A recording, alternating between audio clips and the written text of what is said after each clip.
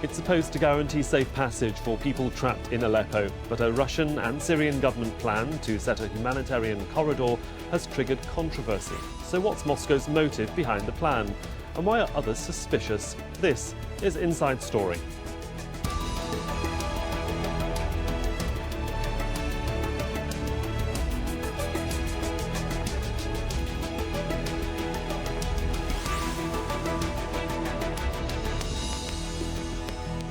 Hello, welcome to the programme.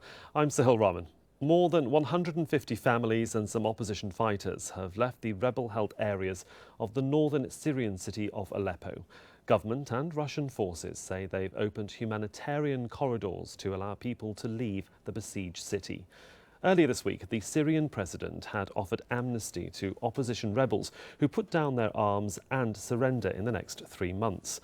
But opposition activists have denied these reports, calling them government propaganda. Syrian state television has broadcast footage, it says, shows dozens of people leaving the eastern parts of the city, which is still a small fraction of the hundreds of thousands of people who are trapped. Activists have expressed doubts over the Russian-backed humanitarian corridors, saying they're a likely pretext for the government to launch an attack and gain full control of Aleppo. And the UN envoy to Syria has also questioned Russia's involvement, saying safe passages are the work of the United Nations. Aleppo is an important city and Syria's largest. It's also close to the Turkish border.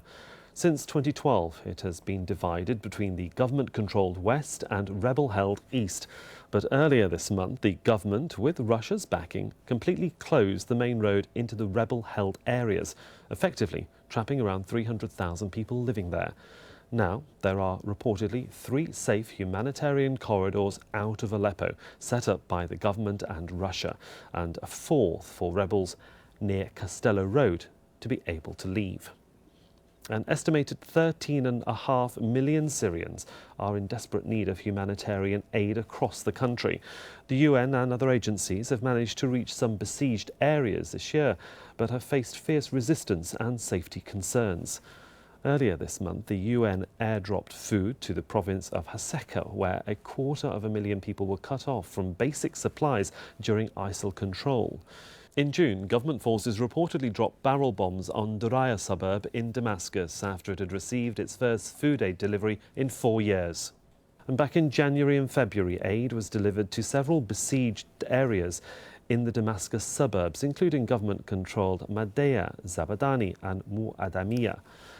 And during that time, a rare exchange deal allowed civilians and rebel fighters safe passage out of several villages, including Al-Fua and Kefrea in Idlib province. Well, let's bring in our guests for this edition of Inside Story. In Doha, we have Marwan Kabalan. He's a Syrian academic and an associate analyst at the Doha Institute. In Moscow, we have Russian diplomat Vyascheslav Matuzov. And in Beirut, Rami Khouri. He's a senior fellow at the Issam Faris Institute for Public Policy at the American University of Beirut. Welcome to all of my guests. Mr. Kabalan, can I come to you first? As a Syrian out of the country, are these corridors really going to lead to a safe haven for those trying to leave Aleppo? Well, there are big question marks actually concerning this, because on the one hand, most of the armed Syrian opposition believe that this is a psychological warfare by Russia and the Syrian regime, because the Syrian regime and its allies doesn't have the human resources to storm the city. And don't forget that Aleppo is the largest city in Syria, and the regime could not actually regain much lesser towns in and around Damascus. This is number one. Number two, the Syrian opposition also believe that if Aleppo is lost, so this is the end of the war, this is the end of the conflict, there will be no need actually for any political settlement. So if they give Aleppo, to the Syrian regime, so that is the end. Number three, I think this is where it comes to the question of trust between Russia, the Syrian regime on one hand, and the Syrian opposition and its base of support on the other hand. They just don't trust them. They don't trust them actually to give this a humanitarian corridor. And if there is a humanitarian corridor, I think it's just like Mr. de Mistura said, there should be a third party actually to observe, the exit of the civilians from the city. I'm going to bring in Mr. Matuzov in Moscow. You're nodding through a lot of what Mr. Kabalan said. There are big question marks as to whether the Russians are sincere. How do you read the situation from the Russian capital? As we have a look what is going on in Aleppo, we found out that Syrian Arab army surrounded the Aleppo regions that are dominated by Nusra mainly, because other groups, military groups, are not independent from Nusra. Nusra is a driving force in Aleppo resistance to Syrian Arab army. So the fighting Nusra group according to the Security Council resolution, because it is regarded as terroristic groups, Daesh and Nusra and other organizations that are connected with Al-Qaeda. But do you think that the corridors, though, so do you think the corridors, though, are a sincere and genuine effort by both Moscow to persuade the Syrian government, the Syrian regime under Mr. Assad, President Assad, that these civilians need to get out of that area and they need to get out now? Is it a genuine offer? Because we've seen examples in the past where civilians have been blocked. Aid hasn't gone in when it should have gone in, and it's all been partly blamed on Assad's regime. We here in Moscow heard that from our military sources, of course, that blocking migration of civilian population from area that are dominated by Nusra are made mainly by Nusra commanders, because they don't want them to go out. Mm-hmm. They are using them for their defense. I think that not for interest of Russia or Syrian Arab army to prevent civilian people to leave this area, area that after 3 months maybe be the place of very intensive military struggle. Okay. I think that it is absolutely clear that driving forces for military forces, it is Syrian army and Russian Air Force aircraft. But why, Okay. why civilians should actually leave their homes? This is actually where they live. Why are they supposed? That's right. Why are they supposed to leave actually? To avoid to be destroyed and to be under inside the battle. Okay, Mr. Battle Matuzov. is going on because fighting Nusra will be inevitable. Okay, we can see there's going to be a bit of a clash here. Mr. Matuzov, thank you. Let's bring in Rami Khouri. You've heard both sides there, Mr. Khouri. How do you assess the situation? We've had contributors on Al Jazeera News over the last 36 hours on our English news channel saying that witnesses have suggested that some have been able to leave the area, some are not so sure that individuals are leaving, that the footage that we're seeing is faked. How do you read the situation from Beirut? Well, I have the same information that all of us do, which is what we're getting from the media mainly, and it seems that there has been a small trickle of maybe 150, 200 people who actually went out, and we only have this from TV footage from the Syrian government. The reality, I think, is that this is another very dynamic move by the Syrian government and the Russian government to use their military advantage in the air to lay siege to a population while fighting terrorism to some extent, create terrible humanitarian conditions on the ground, and then come in and be the saviors to launch a diplomatic process in which they would have advantages diplomatically in Geneva that they cannot have on the ground. So it's something we've seen before, and it's something that the Russians and the Syrians have perfected, actually. It's quite impressive in a very kind of sinister way, but it seems to work for them. And you're getting the Americans and the UN and others saying, well, let's talk about this, let's negotiate, let's create humanitarian corridors, the UN should do it. Of course the UN should do it, but they can only do it with the permission of the Syrian government, which is how the UN has worked in the last 5 years. So what we see here is essentially a diplomatic process using humanitarian and military elements to set up a diplomatic process for the Syrian government to claim that it is fighting terrorism and it is helping the Syrian people. It's probably not going to work, but the situation is so difficult in Aleppo that the poor people who are stuck there have to make a terrible choice. Essentially, how do they choose the least likely way for them to die, from starvation or from being hit by snipers as they leave or something else? It's really an awful situation, and it's just one element of this bigger, ugly situation that Syria has become. If that's the case, then Mr. Kabalan, let me bring you in here, and that there is perhaps a much larger question as to why these corridors have been established right now. I think we've had a good idea from our guests in Moscow and in Beirut as to the situation, the ground realities. It's one thing for, you might say, the US, the West and the UN to be sceptical about the move right now. Do they have a justified position to be sceptical, as Stefan de Mistura has said, that he's unsure about why it's happening right now? Well, I think, as I said before, it's first of all, it's an attempt by the Syrian regime and its allies, which I don't know in the first place, really, I mean, what the Russians are really doing in Syria, because here our guest from Moscow is saying that for the civilians actually to avoid this conflict, they have to leave their homes. And my question is, what the Russians are really doing, actually evacuating or displacing these people from their homes? I mean, this is the original question that everybody must ask in the first place. But back to your question, I think the Americans, the Europeans, and the other observers, from my point of view, they are mere observers, because the Russians are having are calling the shot in Syria. I mean, they have the power actually to decide.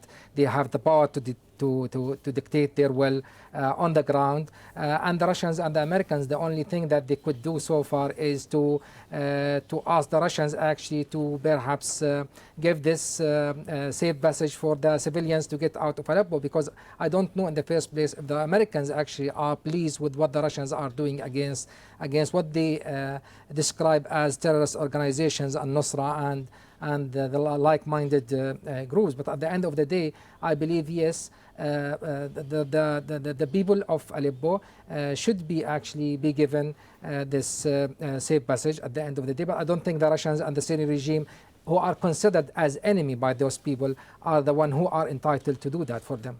Well, let's just take a little pause here, because we want to go now over to Aleppo itself. In a very rare connection, we're actually able to speak to Dr Hamza Khatib. He's a doctor who runs a field hospital in the besieged Syrian city. It's good to have you via Skype, sir. Thank you very much. Just paint a picture for us, if you would, of your daily working life, the patients you see, the injuries, both physical and mental, that they have to deal with and that you have to try and treat. Okay, about the injuries that we are dealing with each day. Each hospital, there are 8 hospitals now inside of the city of Aleppo that have been sieged. So those hospitals had to deal with all kinds of patients, the whole diseases, the trauma cases, the injuries, the internal medicine, pediatric, oncology, everything. Only 8 hospitals for the 350,000 people. And it's really a huge number. So in spite of all of that, we have the shelling and bombing. So we are each hospital receive an amount between 50 injuries to 150 injuries each day. So the normal day, the quiet day that we take for it, we received 50 injuries. Do you have enough? Do you have enough staff? And sorry to interrupt, sir. Do you have enough staff and medical supplies on a daily basis? What do you run short of? Not. Of course not. My hospital, Al-Quds Hospital, which has also been targeted on the 27th of April, 2016. It's about 3 months ago. Now we are only have four doctors. We have 6 doctors on the other side of Aleppo, the western countryside, and they couldn't manage to entrance Aleppo city. It's the same as all hospitals. At best cases, the hospital has 8 doctors, and also there are lack of nurses, lack of everything. At the moment, about the medication and medical consumables, we are thinking that we have enough for about 1 month, maybe 2 months maximum. How many, just finally, sir, I know the connection's pretty rough coming out of Aleppo, but how many, over this period of time, how many medical colleagues have you lost in this civil war? And what does it make you think, or what hopes do you have for the future? Myself, I've known a lot. Inside of Aleppo city only, we have lost about 10 persons from my hospital since we have began in the latest of 2012. I personally lost 10 of the staff of Al-Quds hospital during the last 4 years. Hopes about future, actually we don't really think about future. It's like a strange word for us. We only live day by day, thanking God that we have survived that day and hoping not to die the other one. So actually we don't have any hopes for future. We only deal with the cases that we have at the moment. Well, it's very sad to hear, but for the moment, Hamza Al-Khatib, thank you so much for joining us from Aleppo. Really appreciate your time under very difficult circumstances. Thank you. Well, let's go back to our guests. You heard what Dr Khatib had to say there. Mr. Matuzov, let's come back to you in Moscow and the long-term plan about what can be done. Russia is being, you might say, given the chance, or certainly saying that we should be trusted and we should be allowed to set these humanitarian corridors, persuade the Syrian government under President Assad to allow civilians to leave. Yet there is great scepticism. How do you bring on board the UN when its chief negotiator, Staffan de Mistura, says he's quite sceptical about what is happening at the moment on the ground? I don't think that Staffan de Mistura is right when saying that it is his business to watch, to make all these humanitarian corridors in Syria, because his duty is to arrange negotiations in Geneva that will be very severe criticized previously by our foreign minister, Sergei Lavrov. I think that Russia gave some guarantees for all those who are trying to leave the area of battle, because we know that besieged Aleppo regions after 2 weeks will be starving. There are a lack of many things. We see it, not only medical, but only some food and many other water. I think that it is a humanitarian goal that we're involving in this project. First of all, because not civilian people are fighting. They are not fighters. No one will kill them, no one frighten them. They open the corridor for them to go out from the place of future battle. I think that even for Nusra elements who are armed, they are given the chance to leave Aleppo in the north, in the fourth corridor, 3 for civilians and 1 for military people. And with arms, they are led to leave this area because not to be besieged, not because they don't consider that besiege will be ended. And all the populations are now starving, are having lack of medical care and so on, should be provided all these things in Aleppo, in other regions of Aleppo. They are not going abroad. That they should be given the same care in nearby regions. Okay, let me bring in Rami Khouri here, Mr. Matuzov. Rami Khouri, I mean, I can see why residents perhaps would want to leave a besieged city, but why would armed fighters, if they even have a separate corridor, want to leave when it could lead to jail, or in some cases that's been quoted, join a pro-regime paramilitary force? If they stay behind, is that not just a last stand? Neither the residents, civilians, nor the fighters would probably want to leave. They would just want to end the siege. They want to get the Russians and the Syrian government and their other supporters to stop laying siege to the place and bombing it, and bombing hospitals and water systems and all the things that they've been bombing. So in other words, there needs to be an end to the war. If there isn't an end to the war, at least stop using siege tactics, mainly against civilians. There are, of course, armed people in Aleppo fighting against the government. And one of the problems is there's all kinds of armed people in the Aleppo region, including Nusra, other military groups, Syrian groups, local groups, ISIS and others. And the thing about these corridors is they have to be two-way. They have to let people go out if they want to go. They have to let in supplies for the civilians to have a normal life. And this must be negotiated. It can't be a unilateral humanitarian corridor. It's never happened really in any kind of military conflict. We've had these in the region in Sudan and in parts of Lebanon during the war. There were agreements to let aid in and out and let injured people go out, but both sides in a conflict had to agree to this, and the UN usually, or some third party, was the group that organized it, and this is what should happen in Syria ideally. There's a real concern, Mr. Kabalan, about the way that the politics is manifesting itself and the mistrust between all sides. It's been mentioned by John Kerry, the Secretary of State for the US, saying that he hopes that this is not a ruse by Russia and its supporters, in this particular case the Syrians, to pull the wool over everyone's eyes. How do you read the situation when you have that sort of comment coming from the highest of political figures? Let me first, come back to the point that Mr. Matuzov was making earlier. He says that Russia is not interested in civilians and Russia doesn't want actually to kill civilians. They just want to lay siege to a city as big as Aleppo and make people starve to death, but they don't want to kill civilians. This is what Mr. Matuzov actually is simply saying.